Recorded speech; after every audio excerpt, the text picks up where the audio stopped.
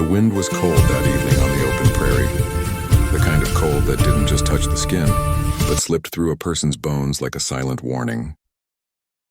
And that was when the cowboy saw her, standing in the middle of the dusty trail, trembling barefoot and desperate. Her hands were shaking so badly, she could barely keep her shawl around her shoulders.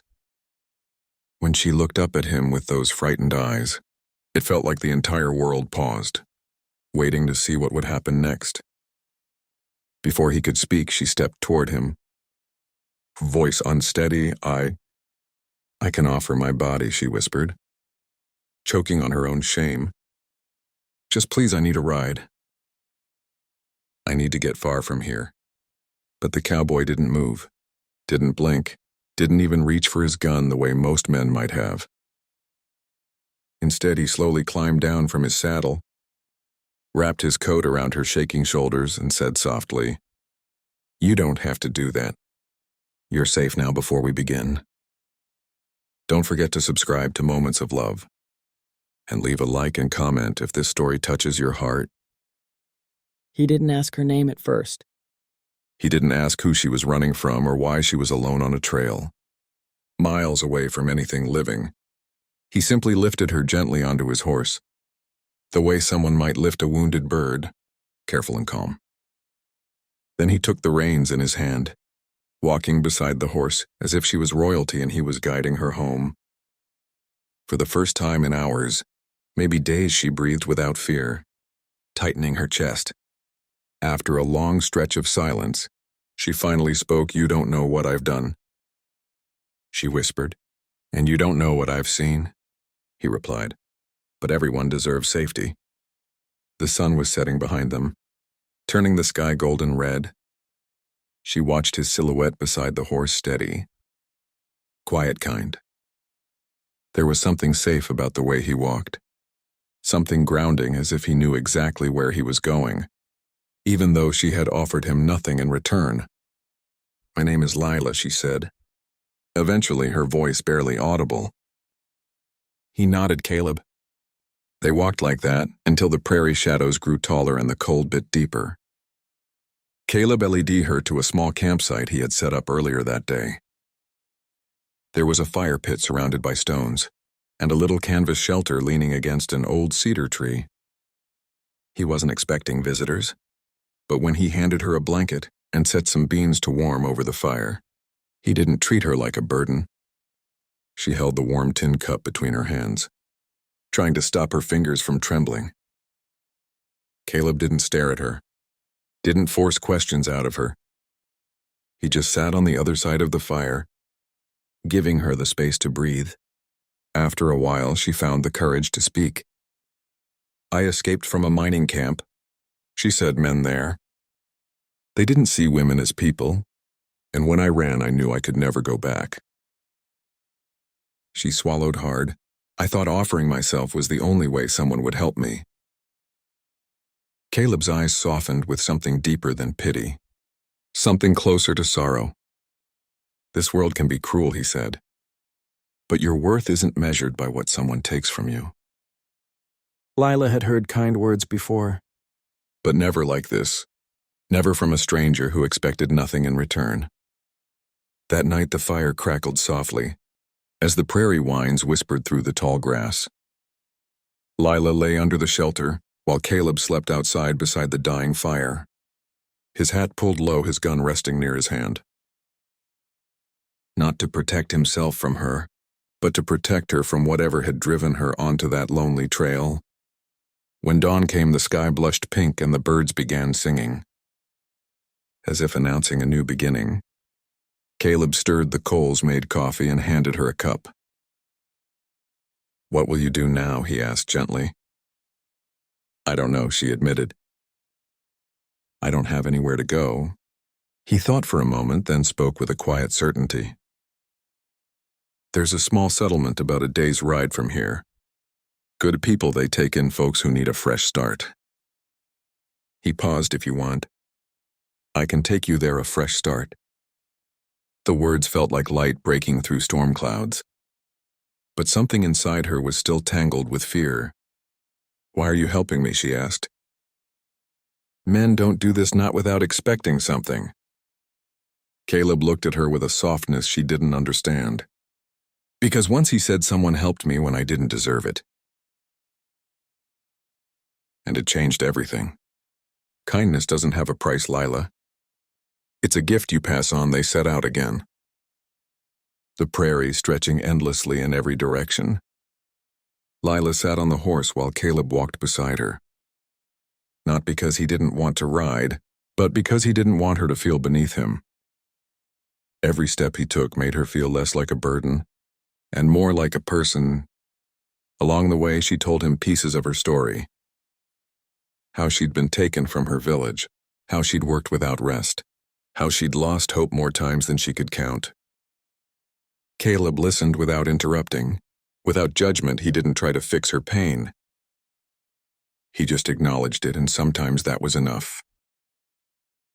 Around midday, they reached a narrow river. Caleb helped her dismount, guiding her to the bank so she could wash the dirt and fear from her face. The water was cold but refreshing, and when she looked into it, she almost didn't recognize the woman staring back. There was still fear in her eyes, yes, but now there was something else too. Something fragile but alive. Hope when they continued traveling. The weather turned rough. A storm swept across the plains fast and violent. Caleb quickly guided her toward a rocky overhang, where they took shelter as rain poured down like a curtain around them. The thunder frightened her, stirring old memories she wished she could erase. Her breath grew uneven, her hands shaking again. Without a word, Caleb draped his coat around her shoulders and sat beside her. Close enough to steady her breathing, but far enough to respect her space. Storms pass, he murmured. They always do when the storm finally cleared. The air smelled of wet earth and new beginnings. They continued on the path, softer now beneath the hooves of the horse. By the time the settlement came into view, a cluster of small wooden homes surrounded by fields. Lila felt a knot tightening in her chest. What if they didn't accept her? What if she was too broken, too stained by the past? Caleb sensed her worry without her needing to speak. "You're not alone," he said. Not anymore. When they reached the first house, an older woman with warm eyes stepped outside. Caleb introduced Lila, explaining gently that she needed a safe place to rebuild her life. The woman didn't hesitate. She opened her arms and welcomed Lila as if she were family. Lila felt tears running down her cheeks. Before she could stop them, she turned to Caleb, unsure how to say goodbye to the man who had changed her life. With nothing but kindness. "How do I thank you?" she whispered. Caleb tipped his hat, a soft smile touching his lips. "Live," he said. "That's thanks enough for a moment." Neither of them moved then, with a small breath. Lila stepped forward and took his hand. Not out of fear, not desperation, but gratitude deep. "Indescribable gratitude, you saved me." She said no. Caleb replied, "You saved yourself. I just helped you see the road." He mounted his horse, ready to continue his journey across the quiet plains. Lila watched him go, the silhouette of the cowboy fading slowly into the golden horizon. But the warmth he left behind stayed with her steady, comforting and strong, and as she stood there in that new place, surrounded by people who welcomed her without question, she realized something she never had before. The world was full of cruelty, yes, but it was also full of extraordinary kindness. Unexpected, unearned, and unforgettable. Days passed in the settlement, each one gentler than the last. Lila woke every morning with the soft light of dawn, slipping through the small window of her new room. She helped with the cooking, learned how to plant corn, and slowly began to feel her voice returning. The people there did not pry into her past. They did not look at her with suspicion or pity. They simply treated her like a human being. And it was the first time in years that she felt her soul beginning to heal. But even as she adjusted to this new life, She couldn't forget the cowboy who had brought her here. Caleb's quiet strength stayed with her like a warm echo in her memory. Whenever she felt fear creeping up on her, she remembered the way he placed his coat on her shoulders, the way he said, "You're safe now," with such conviction that even the wind had seemed to calm. One afternoon, while helping the older woman, Sarah, with laundry behind the house, Lila paused and stared toward the horizon. "Do you think he'll ever come back?" she asked. Sarah smiled knowingly. "Cowboys like him never stay in one place," she said, "but that doesn't mean they forget the people they help." Lila nodded slowly. A part of her hoped their paths would cross again. But she had learned not to cling to hope too tightly. Life had its own ways, its own timing. Weeks passed, then months. Lila grew stronger, more confident. She became someone the other women sought out for help.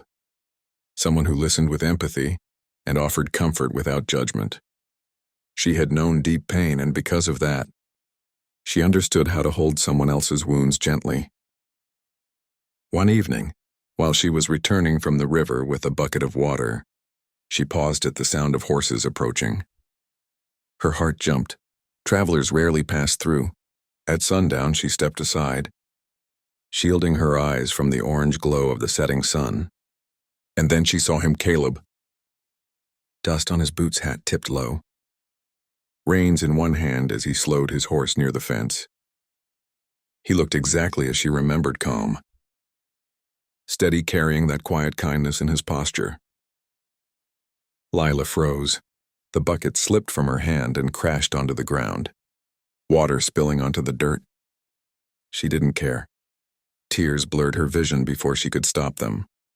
Caleb dismounted, tying his horse to a post. "Lila," he said with a gentle smile, "you look stronger." She covered her mouth with her hands. "Overwhelmed by emotion, you came back." "Had to make sure you were doing all right," he said. "Didn't sit right with me not knowing." She laughed softly through her tears. I'm better. Better than I ever thought I could be." He nodded, looking around the settlement with approval. "Told you these folks were good people." There was a pause, quiet, warm, meaningful. The kind of pause where two people hear each other's hearts. Without saying anything, "Would you like to stay for supper?" she asked softly. "I'd like that." He replied. They walked together toward the small wooden house. The evening light stretched long shadows across the ground, and for a moment, Lila felt as if the world had aligned in just the right way. Not because she expected something from Caleb. Not love, not promises. But because he came back when he didn't have to. That night they shared a simple meal. Fresh bread, beans, and roasted vegetables. Caleb told stories from the trail. Stories of strangers he'd helped, of ranchers who owed him nothing but still offered him water, of lessons he learned from the road. Lila listened, smiling for the first time in a long time, without the weight of fear twisting it. After supper, they stepped outside. The sky above them glittered with stars. Endless and bright. Caleb leaned against the fence. Hands in his pockets. "You've done good here." He said, "You built a new life." "I wouldn't have been able to without you," she replied. "You saved me." "No," he said gently. "I gave you a chance, you did the rest." Silence settled between them. Not uncomfortable, but peaceful. Lila felt the cool night air wrap around her, mingling with the warmth in her chest. "Will you stay this time?" she asked. Voice soft. Caleb looked out at the plains, the wind brushing against his coat.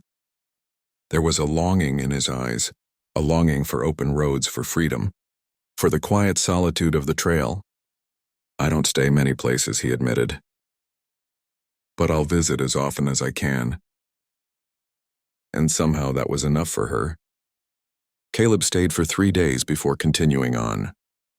Each day he helped with the chores, taught the children how to tie knots, and told stories that made the whole settlement laugh. When he finally saddled his horse to leave, Lila walked beside him to the edge of the trail. Take care of yourself, she said. You too, he replied. She hesitated, then reached for his hand. He gently squeezed her fingers, his touch full of reassurance, but free from expectation. If you ever find someone who treats you right, he said softly, let them in. Don't shut your heart out from good things. I won't, she whispered. He tipped his hat, gave his horse a soft kick, and rode into the distance. Lila watched him disappear into the golden light, just as she had months earlier. But this time she wasn't broken. She wasn't lost, she was whole and grateful. She walked back toward the settlement, feeling the warmth of the sun on her face. She had learned something precious, something she would carry for the rest of her life. Kindness doesn't end when a person leaves. It stays living in the choices you make, in the courage you find, in the hope you rebuild. And because one cowboy chose compassion instead of judgment, Lila's life became a testament to the extraordinary power of a simple act of love.